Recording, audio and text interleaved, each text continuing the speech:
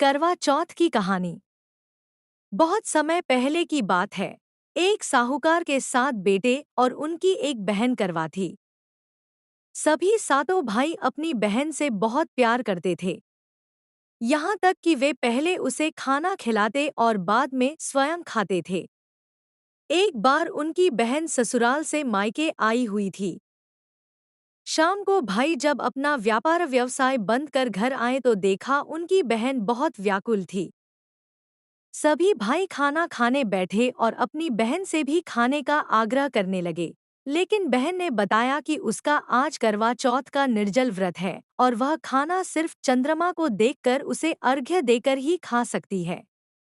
चूंकि चंद्रमा अभी तक नहीं निकला है, इसलिए वह भूख प्यास से व्याकुल हो उठी है। सबसे छोटे भाई को अपनी बहन की हालत देखी नहीं जाती और वह दूर पीपल के पेड़ पर एक दीपक जलाकर चलनी की ओट में रख देता है। दूर से देखने पर वह ऐसा प्रतीत होता है कि जैसे चतुर्थी का चांद उदित हो रहा हो।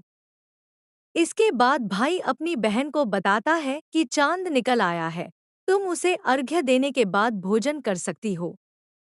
बहन खुशी के मारे सीढ़ियों पर चढ़कर चांद को देखती है, उसे अर्घ्य देकर खाना खाने बैठ जाती है।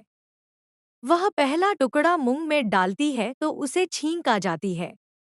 दूसरा टुकड़ा डालती है तो उसमें बाल निकल आता है और जैसे ही तीसरा टुकड़ा मुंह में डालने की कोशिश करती है तो उसके पति की मृत्यु का समाचार उसे मिलता है। वह बौखला जाती है। उसकी भाभी उसे सच्चाई से अवगत कराती है कि उसके साथ ऐसा क्यों हुआ। करवा चौथ का व्रत गलत तरीके से टूटने के कारण देवता उससे नाराज हो गए हैं और उन्होंने ऐसा किया है। सच्चाई जानने के बाद करवा निश्चय करती है कि वह अपने पति का अंतिम संस्कार नहीं होने देगी और अपने सतीत्व से उन्हें पुनर्जीवन दिलाकर रहेगी। वह पूरे 1 साल तक अपने पति के शव के पास बैठी रहती है, उसकी देखभाल करती है। उसके ऊपर उगने वाली सुईनुमा घास को वह एकत्रित करती जाती है। 1 साल बाद फिर करवा चौथ का दिन आता है। उसकी सभी भाभियां करवा चौथ का व्रत रखती हैं। जब भाभियां उससे आशीर्वाद लेने आती हैं, तो वह प्रत्येक भाभी से यम सुई ले लो, यह सुई दे दो, मुझे भी अपनी जैसी सुहागिन बना दो, ऐसा आग्रह करती है। लेकिन हर बार भाभी उसे अगली भाभी से आग्रह करने का कह चली जाती है। इस प्रकार जब छठे नंबर की भाभी आती है तो करवा उससे भी यही बात दोहराती है। यह भाभी उसे बताती है कि चूंकि सबसे छोटे भाई की वजह से उसका व्रत टूटा था, अतः उसकी पत्नी में ही शक्ति है कि वह तुम्हारे पति को दोबारा जीवित कर सकती है।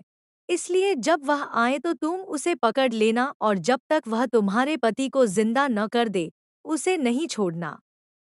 ऐसा कहकर वह चली जाती है।